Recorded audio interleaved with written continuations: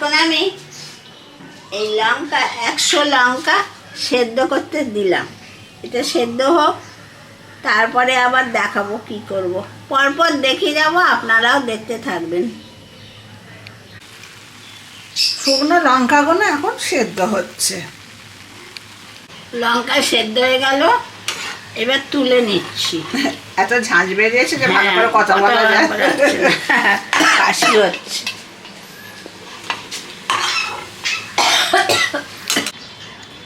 এইখানে আছে 100 চিনি, 100 টমেটো সস, 100 গ্রাম তেল আর 100 রসুন। যেহেতু লঙ্কাটা 100 মাপে নেওয়া হয়েছে, তাই বাকি এই জিনিসগুলো সবই 100 করে লাগবে।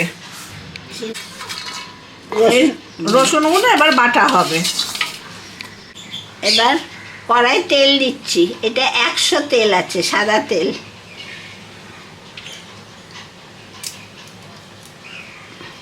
সব এক মাপের দিচ্ছি। তেলটা গরম হোক। এবার শুকনো লঙ্কা বাটা দিচ্ছি, যেটা সেদ্ধ করলাম সেইটা দিচ্ছি তেলেতে। এটাও 100 আছে। আচ্ছা, বাটার সময় আপনারা কিন্তু জল ব্যবহার করবেন না, তার বদলে ভিনেগার দেবেন।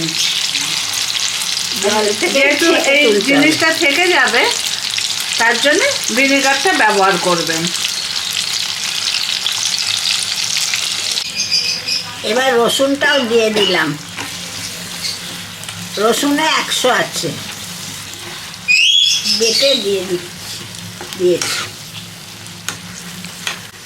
এবার এতে কিছুটা ভিনিগার দিচ্ছি। ভিনিগারটা আন্দাজ মতো দিচ্ছি, 100 না, নাহলে এটা শুকিয়ে যাবে।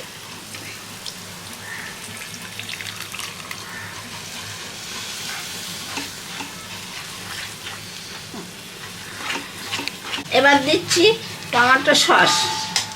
এটাও 100 গ্রাম আছে।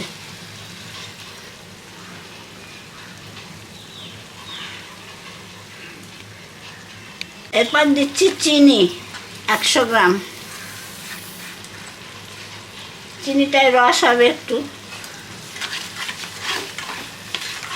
এরপর দিচ্ছি নুন। নুনটা আন্দাজ মতো, যতটা লাগবে।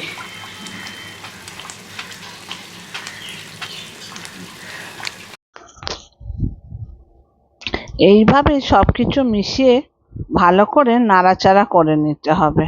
একটু ভালো করে ফুটিয়ে নিতে হবে বা জাল দিয়ে নিতে হবে।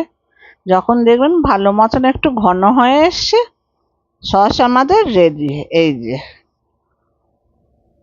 খেতে দারুণ হয়। তবে এটা তারাই খেতে পারবে যারা একটু ঝাল খেতে পারে। আবার দেখা হবে, টাটা।